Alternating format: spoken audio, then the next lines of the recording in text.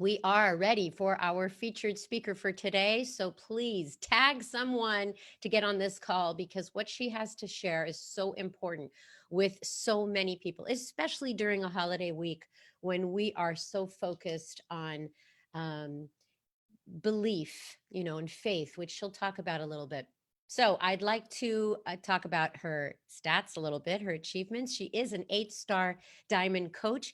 She also hit Premier in 2018. She's been a coach for almost 3 years. In March, it'll be 3 years. She's an elite coach for 2019, and something tells me that she's already locked in 2020 elite. So she's also been an all-star legend. She's been in Success Club 10 every month since she started about 34 months ago. So 34 straight months. She's been helping at least 3 new people every single month get into a healthy solution. So please join us. She's from Blairstown, New Jersey, Jessica Griffin. Jessica! Hi, guys. Hi, thanks for having me. Well, thank you. I'm very excited to have you on, and it's been fun getting to work with you and getting to know you. Now let's have the audience get to know you as well. Why don't you just take the stage here and let everybody know what brought you to Beachbody? Sure. So before Beachbody, I owned my own fitness business. I was a certified personal trainer. I was a CrossFit coach, and I owned and operated a small functional fitness gym. The business was called NJ Fit Mom, NJ for New Jersey, and I started it in 2010. And I had been into fitness for years and years before that for my own health. I was diagnosed with ulcerative colitis and Crohn's disease when I was 14.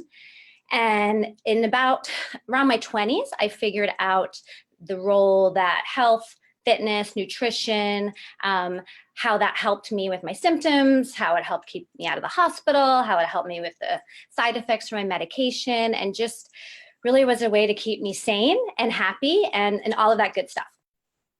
So I was always, the girl that people were asking for fitness advice, going to if they had a question. I was giving people fitness advice whether they wanted it or not. It was my passion, and it was really my lifeline.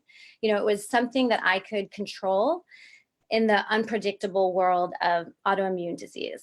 So I just loved it. Everybody would send people to me if they had their own autoimmune issues, health, healing, inflammation in the body, exercise, like you name it, it was my jam. But at the time, I was well into my K-12 teaching career. And, I'm a firstborn, so we do things, the way they're supposed to be done. We follow the path. We do what we're supposed to do.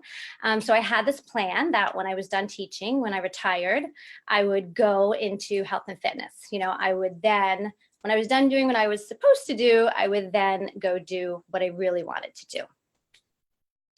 But that plan changed. In May of 2008, my dad drove himself to the emergency room for what he thought was a kidney stone at the time. He was 64 years old, and he was diagnosed with stage 4 renal cell cancer, which renal cell cancer is kidney cancer. And he was gone 6 months later, just like that. And everything just kind of got spun on its head. Everything changed. I was in a place where I was really questioning what I was doing with my life, my career. I was going and teaching other people's children while people were watching my own children, feeling that life is so short and fragile, and how there are no guarantees that we get to retirement or we get to the next day. And I just felt this pull to be doing more purposeful, heartfelt work. So I did what any sane person would do after losing their dad to cancer. And I quit my teaching job. I got certified as a personal trainer, and I set off on this mission to save the world from illness and dying before their time. And that was my mission. I'm just going to take a little drinky.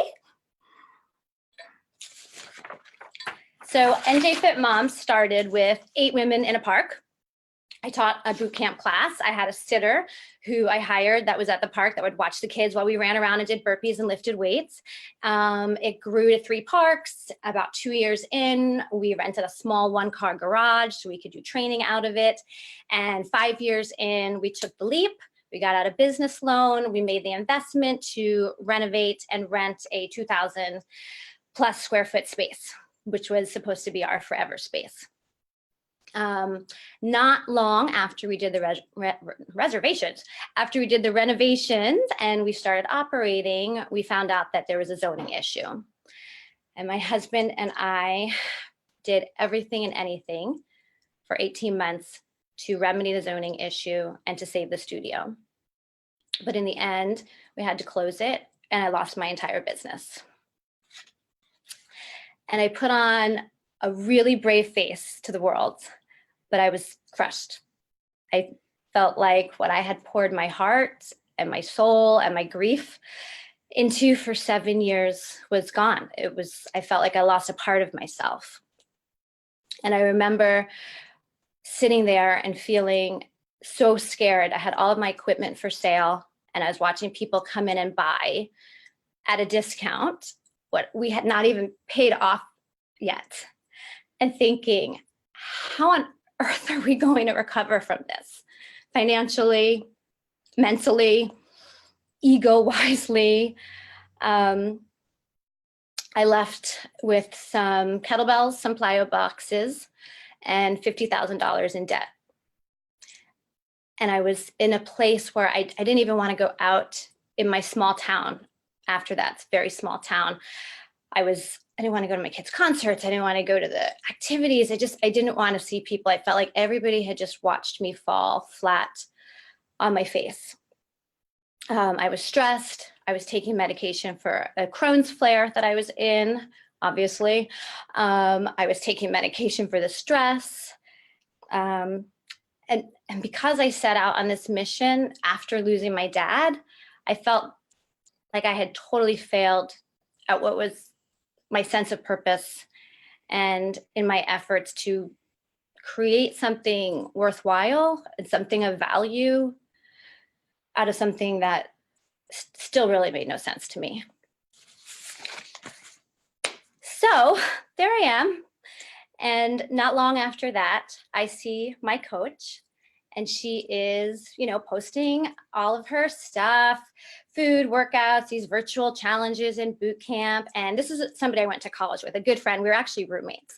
So I'm seeing her stuff and I was doing some personal training at the time, not nearly enough to make the money that we needed. Griff, my husband, he's a police officer. He was taking any and all overtime. We just said, whatever it is, take it. Don't worry about what you're missing. Don't worry if it's a holiday. Don't worry if it's a game. Like, just take the overtime. This is where we're at. And still, we were growing in debt. We were sinking. We just can't catch a number like that on a police officer's salary and a part-time personal trainer salary. So I was sending out resumes for real jobs. To try to get a steady income, and all the while wondering if I get a real job, how is this going to work? He's days, he's nights, he's on police shift work. I'm raising 3 daughters. Like, how possibly is this going to happen? I felt very stuck. I felt very responsible for getting my family in this mess, and I was really looking for a way to fix it. And so there was my beautiful friend posting all this stuff, and I rolled my eyes at her. Hard eye roll. I wanted no part of Beachbody. My first text to her was, "Oh my God, you're not doing Beachbody, are you?" I mean, so judgmental, just embarrassingly judgmental when I look back on it. I was raw from what had just happened. I was a know-it-all trainer, and I was annoyed at what she was posting. She was doing what I was failing at. So there I was, miserable and in debt, a coach who had nobody to coach, and I was judging her from the cheap seats. Of course, I kept watching, like we all do. And what I couldn't ignore was the results and the community that she was sharing. It was really speaking to me, but I was skeptical. So it took 6 months from that first text until I bought a challenge pack, and it was just to test it out, right? I needed proof that what she was saying was actually going on. I knew I needed to become a believer in the products and the virtual coaching idea for myself if I was going to put my name on it. So I did 21 Day Fix in secret with my husband under the dark of night, because God forbid anybody saw the gym owners were doing at-home workouts in their living room, and Autumn kicked our butts. Nothing, humble pie is a great thing for the soul. And I saw the potential of a coaching business without overhead and employees and zoning and having to worry about that stuff. And I saw that I could reach anybody, any place, and help them get well. And that was like, wow. So I immediately ran my first challenge. Oh, sorry. Hi, Sand. You're doing great. Just keep going. I immediately ran my first challenge group with 8 women. We did 21 Day Fix and 21 Day Fix Extreme. And it just, the outcome was more than I hoped for. It was just the energy, the connection, the results. It re-inspired me. You know, I had people and something to pour my heart into again. And that was it. I went full steam ahead. I just, decided I was back on my Save the World mission. And I had an extra powerful why to help my family, to get my family out of, debt, fix the mess. Excellent job sharing your story. I'm sure so many people can relate to starting a small business, it failing, you doing whatever you can to keep the family together and the finances coming in. So it was beautifully presented. Thank you so much. Because I think that, National Wake Up Call is also a place where people can listen to stories, relate to stories, and see how stories unfold. So you did go through quite a number of challenges at that time. I mean, you were feeling after the loss of your father that you didn't have a lot of purpose, and you didn't know what your purpose was until you saw somebody working out, and you did a hard roll of your eyes, which made me laugh when you said that. A hard roll, hard eye roll. So let's go into fears and doubts in this topic. Why are you on this topic? Why now? And what do you do about it now with your coaches when people are experiencing fears and doubts about themselves? Yes, thank you. Yeah, I feel like I'm an expert on this topic. Like you said, Sandy, I mean, I love that we're talking about this now with the holidays, because there's just this energy of faith and belief all around us. And I really believe that that is the antidote to fear and doubt. And our team has had a lot of growth this year. We've had a lot of new leaders emerge. And I know it's because we've actively been working on our beliefs in ourselves and in conquering and pushing through our fears as a team. So it all starts with belief. On my Getting Started Right call, the first thing I say to my girls when I have them on the call is, you have to believe and know that you have been called and led here for a reason. There's no coincidence that you're on this call with this team and these women, and you've been led to do this work. So believe that you're meant to be here. Believe that you're meant to be doing this work. And with that, we have to believe that the fears and the doubts that we're going through are there, because that is what is going to grow us. Fear is a guide for growth. And when my new challengers start, I say to them, what part of this program in this group isn't speaking to you right now? Like, what's not resonating with you? Because usually that's the piece that you stand to gain the most. So if you're like, there's no way, I'm not a shake girl, personal development is like way too frou-frou, I'm not waking up early for anything, I'd rather like stab my eyes out and then meal prep, great, because that's exactly where you need to go and focus to get the best results. And it's exactly the same with my coaches, right? They can look at their tracker, I can look at their tracker, and where is the place you're avoiding? Are you not inviting? Are you not adding to your network? Are you skipping on personal development, right? That is the place that they have to go focus. That's where they need to go through to grow through with their business.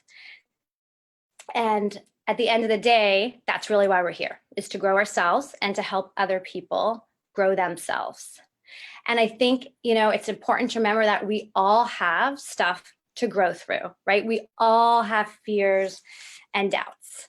I'm full of fear speaking on this call, as we were talking about, as we were prepping beforehand, right? I've been full of fear since I got the call to do the call, right? All these things went through my head. I'm not experienced enough coach. I'm not an experienced enough speaker. I will never get this prepared with the holidays. Oh, we're also an 11-star qual right now. So I have all this stuff going on. Like, I will have a nervous breakdown and kill a small child before I get this done. And if I don't get it done, I will blow the speech and then I'll never be asked to speak again.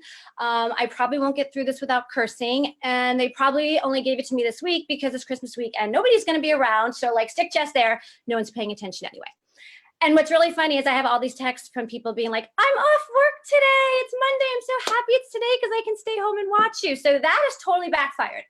But I share this little like, woohoo, into my cuckoo, because that is what fear does, right? Like, the saying fear is a liar isn't like just this catchy saying. It absolutely is a liar. It magnifies the doubts, right? It magnifies the risks. It makes us focus on everything that can go wrong. It makes us doubt ourselves. And it does that, primarily speaking, to keep us safe. But what it really does is keep us small, because safe doesn't stretch us. Safe doesn't grow our businesses, and safe doesn't help other people change their lives. So what we need to do is recognize the fear for the big fat liar that it is, embrace it, right? And then figure out a way so we do not allow it to stop us in our tracks. I'm just gonna flip my outline because I'm a teacher and I like outlines. So I came up with the 3 biggest fears for me in my coaching business. The first one, absolutely, is fear of judgment. Right? When I first started with Beachbody, it was really that fear of judgment that held me back from saying yes for so long. What are my fitness trainer friends going to say? People in town are like, oh, she couldn't cut it with the studio, so now she's doing that Beachbody thing. My friends that are on Facebook are going to roll their eyes at me. I wonder why I thought that. All of those things. And I know for a lot of coaches, this fear of judgment is a big thing, and it leads us into inaction. So what really helped me push through this was by focusing on people in my life that matter. And the greatest thing happened, because the universe always intervenes when it's supposed to. And a couple of months before I enrolled, when I was back and forth with my coach, I had this girls trip.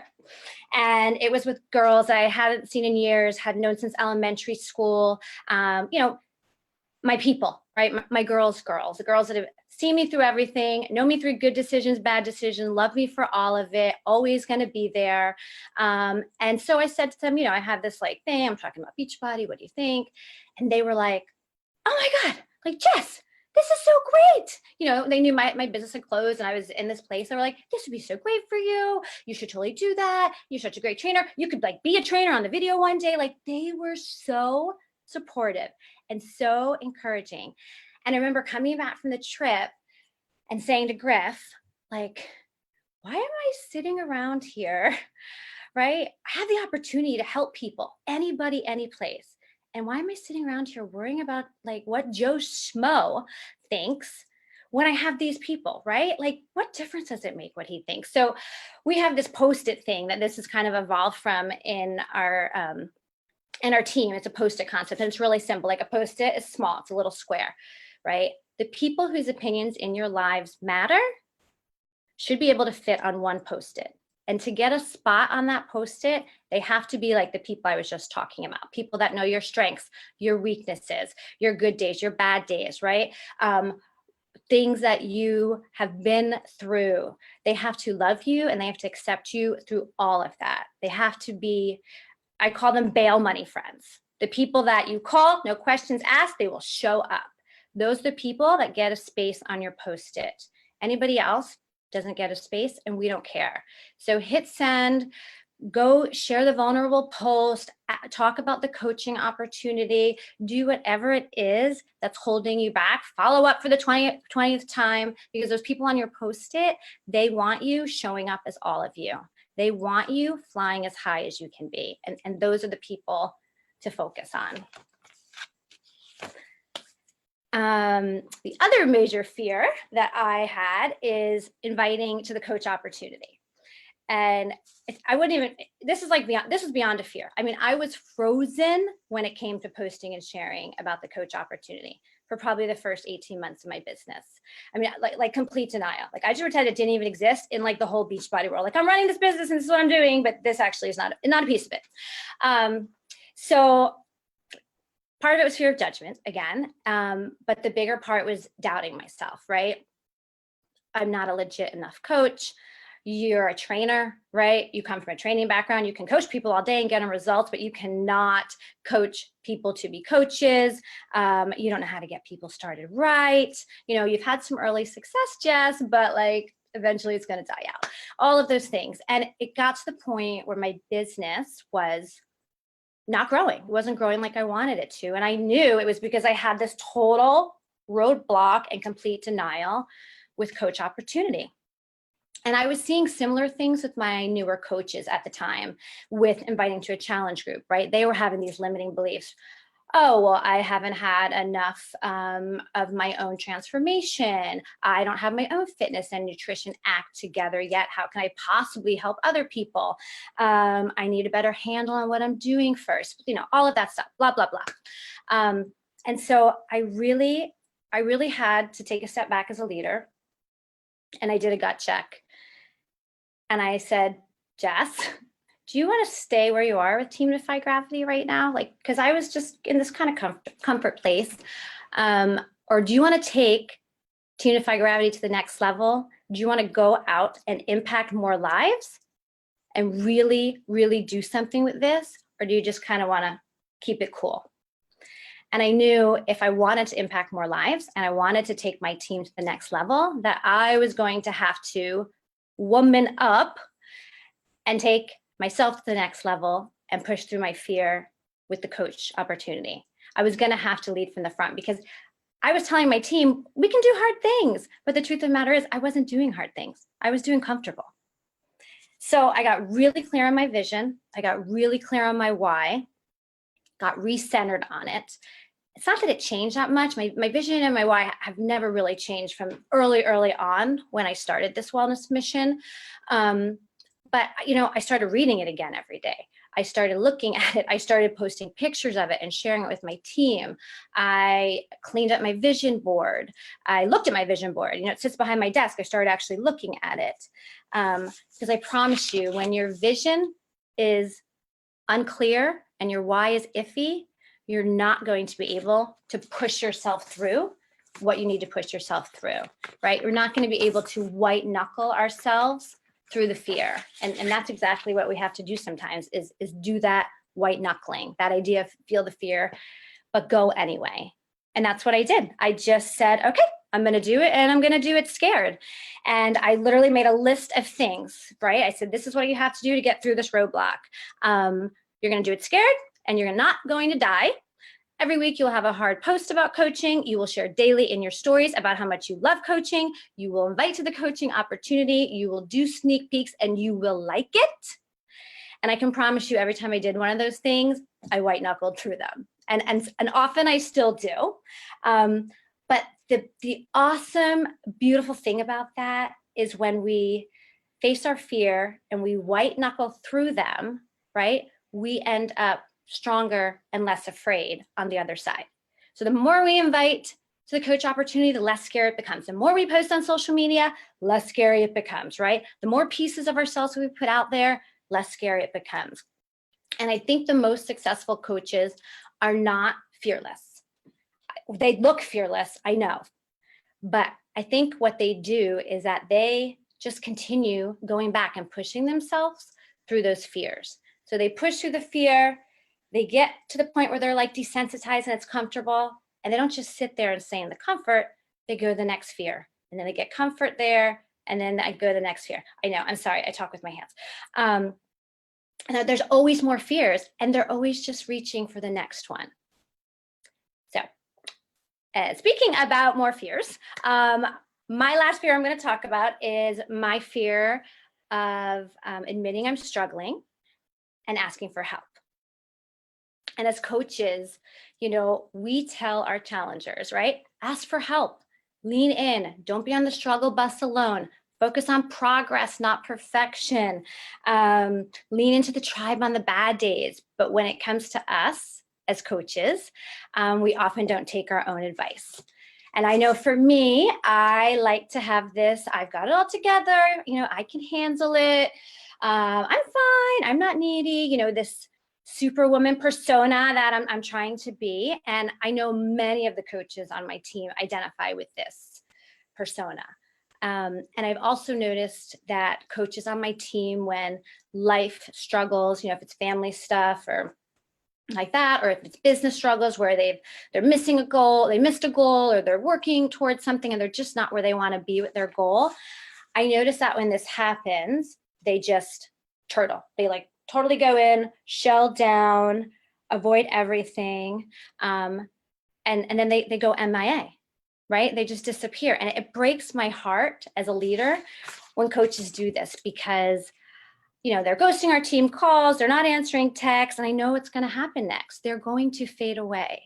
And I think about all of the lives they could have changed, including their own, right? And all the stuff they could have gained if they would have leaned in to the team instead of pulling away from the team when stuff got hard. So I've really been working on this idea with my team, and I actually call it the turtle. Like we say, don't turtle. Like we use that language. No turtling here, because we're not supposed to be doing it on our own. Like that's the worst thing we can do, is to put our shell around us and hide and struggle in silence, right? The best thing we can do is admit we're struggling, right? Identify where we need help, and then seek that within our team. Because 100%, there's somebody on your team who is feeling exactly like you feel right now. There's somebody who has struggled with exactly or very, very similar to what you're struggling with. So like find a teammate, right, who has a fear of inviting, and say, we're inviting 25 people. We're not getting off Zoom until we do. So help me God, right? Find a teammate who knows Instagram. Ask them for help with stories. Or if you don't know what you need help with, just say, I need an ear. I'm stuck. I need an ear. I'm stuck.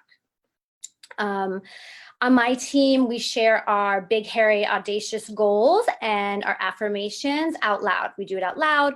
We write them. We type them on our team page. We take pictures and we share them. And that, in my eyes, is a huge way of asking for help. Because when we keep it to ourselves, right, our goals, our big, hairy, audacious goals and our affirmations, and we keep it to ourselves and we read it every morning like we're supposed to do, it's a solo act, right? That's just us reading it.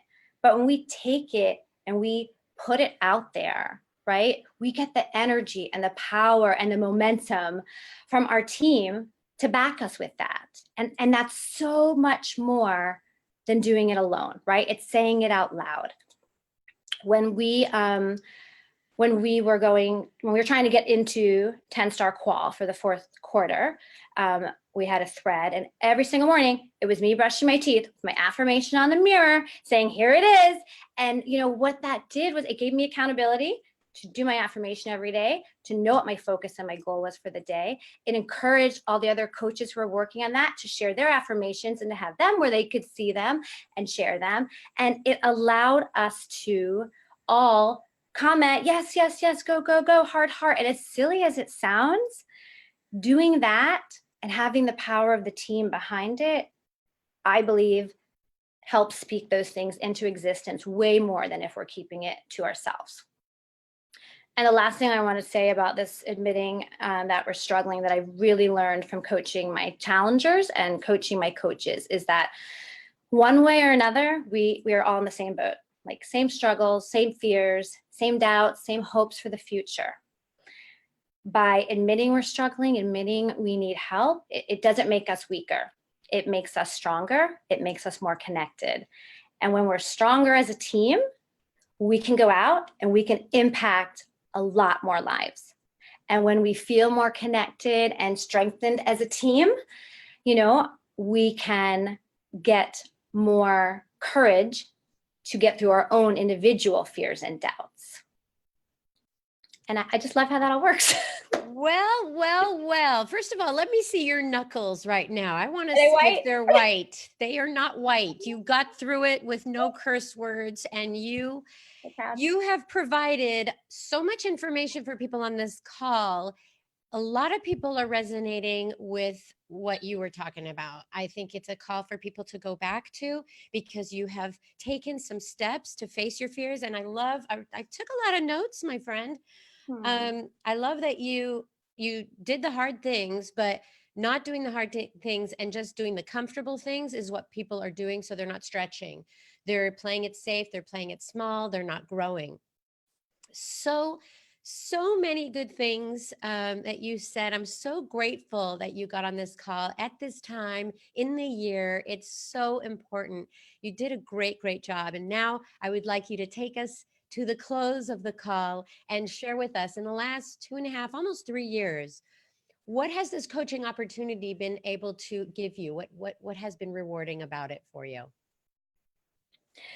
Yes. Well, I mean, the first thing is, when I came to Beachbody, I was, in a very low place, full of fear and doubt, coincidentally, as that's my topic, scared for my family's financial situation. And it was opening my heart and mind to this opportunity that really started to bring me out of that place. And yeah, 2.5 years later, and I feel braver and stronger than ever. I feel my personal health is in a place that it's never been before, physically speaking and mentally speaking.